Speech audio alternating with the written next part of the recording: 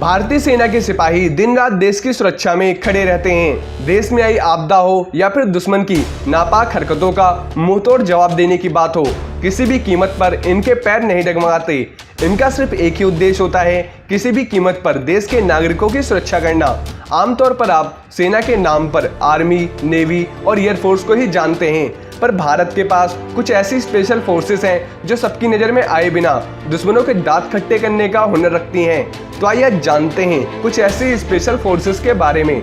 Number 1 पे आता है एनएसजी कमांडो। एनएसजी या ब्लैक कैट कमांडो देश में सबसे ज्यादा फेमस स्पेशल कमांडो फोर्स में से एक है। यह फोर्स अपने काम को करने में बिल्कुल भी नहीं हिचकिचाती, फिर चाहे वह दुश्मन को ढूंढ कर निकालना हो या फिर देश में घुसे आतंकवादियों को मारना हो। 1984 में इस फोर्स का गठन किया गया था। यह फोर्स सर्वत्र सर्वोत्तम सुरक्षा के मोटो पर काम करती है और 26/11 के मुंबई हमले में बिना किसी मुसीबत के सफलतापूर्वक आतंकियों से निपटने में इन कमांडो का बहुत बड़ा हाथ था। वहीं ऑपरेशन ब्लू स्टार जैसे बड़े मिशन को भी इस फोर्स ने अंजाम दिया है। एनएसजी कमांडो न सिर्फ भारत बल्कि विश्व की सबसे बेहतर फोर्स में शामिल है। इसके कमांडो हरदम ट्रेनिंग पर रहते हैं ताकि आपातकालीन स्थिति में या देश को बचाने के लिए तैयार रहें। सिर्फ चुनिंदा लोग ही इस फोर्स का हिस्सा बन पाते हैं। इसमें शामिल होने के लिए कड़ी परीक्षाओं से होकर गुजरना पड़ता है। एनएसजी कमांडो की सिलेक्शन प्रक्रिया में काफी सावधानी बरता जाता है, जिसके चलते इसमें शामिल होने वाले युवाओं का ड्रॉप आउट रेट 70 से 80% होता है। एनएसजी के 7500 commando special action group SAG और स्पेशल रेंजर्स ग्रुप एसआरजी में बांट दिए जाते हैं। वहीं नंबर 2 पे आता है गरुड़ फोर्स। आसमानी रक्षक गरुड़ फोर्स का गठन 2004 में किया गया था। गरुड़ फोर्स हवाई युद्ध में माहिर मानी जाती है। अपने हुनर से इनको पता होता है कि कैसे दुश्मन की सीमाओं में घुसकर अपने साथियों को सफलतापूर्वक बाहर लाना है। गरुड़ फोर्स की ट्रेनिंग भारत की कुछ सबसे सफल फोर्स के द्वारा हुई है। गरुड़ फोर्स को दुनिया के सामने 2004 में एयर फोर्स डे के दिन लाया गया था। मौजूदा समय में 1000 सैनिक गरुड़ फोर्स में काम कर रहे हैं। बाकी फोर्स से अलग गरुड़ फोर्स सिर्फ इसलिए एयर फोर्स के सैनिकों को ही गरुड़ फोर्स बनने का मौका देती है। इसकी ट्रेनिंग सबसे लंबी होती है, जो कि 72 हफ्तों की होती है, जबकि पूरी तरह से गरुड़ फोर्स में शामिल होने में लगभग 3 साल का समय लग जाता है। इनका मोटो है प्रहार से सुरक्षा।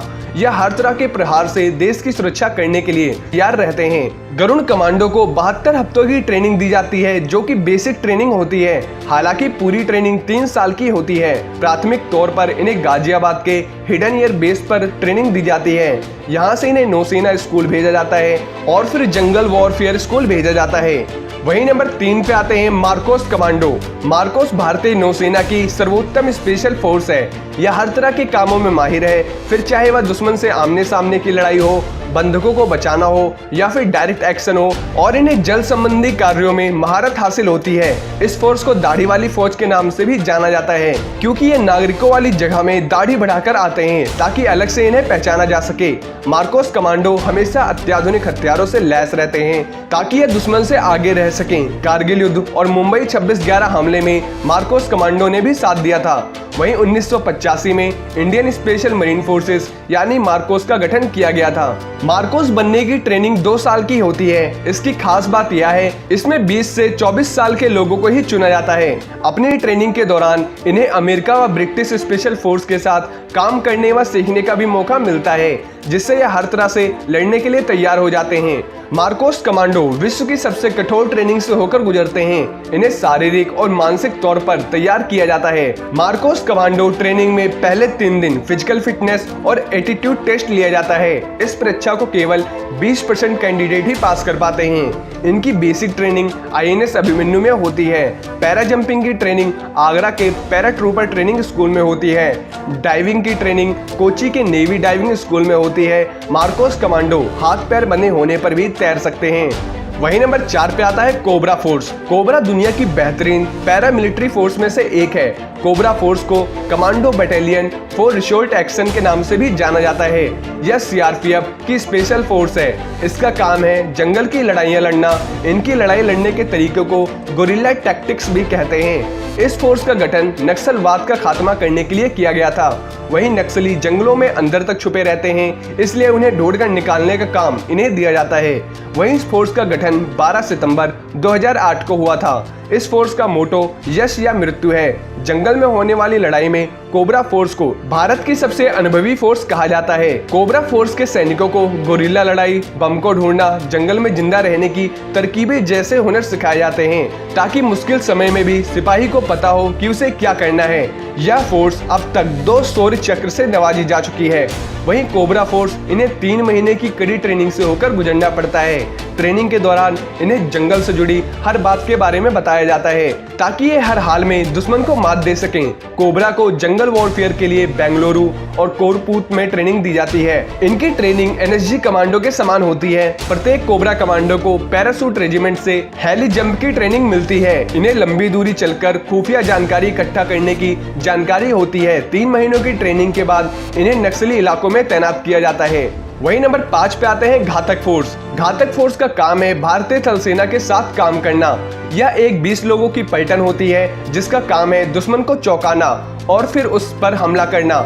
यह थल सेना से आगे चलकर काम करते हैं ताकि सेना को आने वाले खतरों का पहले ही पता चल जाए। यह दुश्मन के इलाके में छापा मारते हुए जाते हैं। यही नहीं, बड़े बड़े जंगी हथियारों से यह दुश्मन पर दूर बैठे हुए भी वार कर सकते हैं। कारगिल की जंग में भी इनका सहयोग रहा था। इनकी ट्रेनिंग बहुत ही कठिन व खतरनाक होती है। इन्हें पर्वतारोहण और 50 से 60 किलोमीटर तेजी से चलने की ट्रेनिंग दी जाती है। इन्हें ट्रेनिंग के दौरान हाथों में बंदूक पकड़कर और पीठ पर 20 किलो वजन रखकर मीलों तक चलाया जाता है। इस प्रकार ये शारीरिक रूप से बहुत मजबूत होते हैं। घातक फोर्स कमांडो को कर्नाटक के बेंगलुरु में ट्रेनिंग दी जाती है। ट्रेनिंग के तहत कमांडो को 20 से 60 kilometre battle gear round machine चलाना सिखाया जाता है। इसके बाद इन्हें हाई एल्टीट्यूड वॉरफेयर स्कूल भेजा जाता है। घातक फोर्स कमांडो को ब्रिटिश आर्मी के साथ भी ट्रेनिंग दी जाती है। परमवीर चक्र विजेता योगेंद्र सिंह यादव घातक फोर्स का हिस्सा थे, जिन्होंने कारगिल की टाइगर हिल्स पर पाकिस्तान के खिलाफ अपने सैन्य कौशल का प्रदर्शन किया था। वहीं नंबर 6 पे आते हैं para commando. Para commando Bharat की सफल फोर्सेस में से एक है। यह सिर्फ जमीन ही नहीं, हवा में भी लड़ सकती है। पैरा कमांडो ने 1971 और 1999 में हुई जंग में अहम भूमिका निभाई थी। पैरा कमांडो को पैराशूट से कूदकर दुश्मन के इलाकों में अंदर तक घुसने में महारत हासिल होती है। पैरा कमांडो का नाम आपने अभी जल्दी में ही सुना होगा। हाल में ही हुए सर्जिकल स्ट्राइक में इसने पाकिस्तान के कश्मीर में घुसकर आतंकी ठिकानों को नष्ट किया था। यह आतंकियों से निपटने, बंधकों को बचाने के लिए मशहूर है। पैरा कमांडो फोर्स भारत की पहली और सबसे पुरानी पैराशूट रेजिमेंट है। पैरा कमांडो का गठन 1966 में हुआ था। वहीं पैरा कमांडो की लगभग 3 साल तक चलने वाली इसकी ट्रेनिंग बहुत ही कठिन मानी जाती है। पैरा कमांडोस की आसमान से छलांग लगाने से पहले जमीन पर कड़ी ट्रेनिंग होती है, जो कि 15 दिन की होती है। पैरा कमांडो को आसमान में 5000 से लेकर 30,000 फीट तक की ऊंचाई से छलांग लगाकर दुश्मन का खात्मा करने की ट्रेनिंग दी जाती है। एक पैरा कमांडो के पास 2 पैराशूट होते हैं। पहला पैराशूट का वजन 15 किलोग्राम होता है, जबकि दूसरे रिजर्व पैराशूट का वजन 5 किलोग्राम होता है। वहीं नंबर 7 पे आते हैं फोर्स 1। मुंबई हमले के बाद महाराष्ट्र सरकार ने यह फैसला किया कि वह अपने महानगर की सुरक्षा के लिए एक खुद की फोर्स बनाएगी। इसी की कड़ी में उन्होंने फोर्स 1 का गठन किया। इस फोर्स की सबसे बड़ी ताकत इसकी तेजी है। यह फोर्स सिर्फ 15 मिनट में अपने सभी सामानों के साथ तैयार हो जाती है। इनकी ट्रेनिंग में DRDO, NSG और इजराइल की स्पेशल फोर्स की कड़ी मेहनत लगती है। विस्फोट का ज्ञान, अचूकता से दुश्मन पर गोली बरसाने की इनकी कला इनको अलग बनाती है। कहा जाता है कि मुंबई में किसी भी प्रकार के आतंकी हमले को रोकने में यह सक्षम है। इनकी भर्ती के समय 3000 आवेदन आए थे, जिनमें से बस 216 लोगों का ही चयन किया गया था। फोर्स 1 स्पेशल फोर्स का गठन 2010 में हुआ था। इस फोर्स का मेन काम मुंबई को सुरक्षित रखना है। वही नंबर 8 पे आता है स्पेशल फ्रंटियर फोर्स। भारत चीन युद्ध के बाद इस फोर्स का गठन हुआ था। इस फोर्स से कहा गया था कि अगर चीन की ओर से कोई भी अनचाहा कदम उठाए तो यह फोर्स छिपकर दुश्मन की सीमा में घुसकर उसे खदेड़ दे। वो बात अलग है कि भारत को कभी इस फोर्स के इसके असली काम की जरूरत नहीं पड़ी। यह फोर्स रॉ के साथ भी मिलकर काम करता है, जो कि एक भारतीय खुफिया संगठन है। इस फोर्स को किसी भी मिशन से पहले प्रधानमंत्री को सूचना देनी पड़ती है। इस फोर्स का गठन 14 नवंबर 1962 में हुआ था। तो यह थी भारत की सबसे खतरनाक स्पेशल फोर्सेस। इनके कमांडो हर सुरक्षा के लिए तैयार खड़े रहते हैं। इन्हीं के कारण हम और आप चैन से जिंदगी जी पाते हैं। वैसे भी एक कमांडो बनना कोई आसान काम नहीं है। कड़ी मेहनत में शरीर टूट जाने तक की ट्रेनिंग और मानसिक दबाव को झेलना पड़ता है। वहीं अगर आप आर्मी और वेपन से जुड़ी और भी जानकारी जानना चाहते हैं तो आप हमारे दूसरे चैनल आर्मी ज्ञान को देख सकते हैं। अगर आपके मन में इस वीडियो से जुड़ी कोई भी क्वेश्चन या क्वेरी है तो आप कमेंट बॉक्स में हमसे पूछ सकते हैं। हम आपको जवाब देने की पूरी कोशिश करेंगे। अगर वीडियो पसंद आई हो तो चैनल को लाइक एंड शेयर सब्सक्राइब करना ना भूलें। जय हिंद, जय भारत।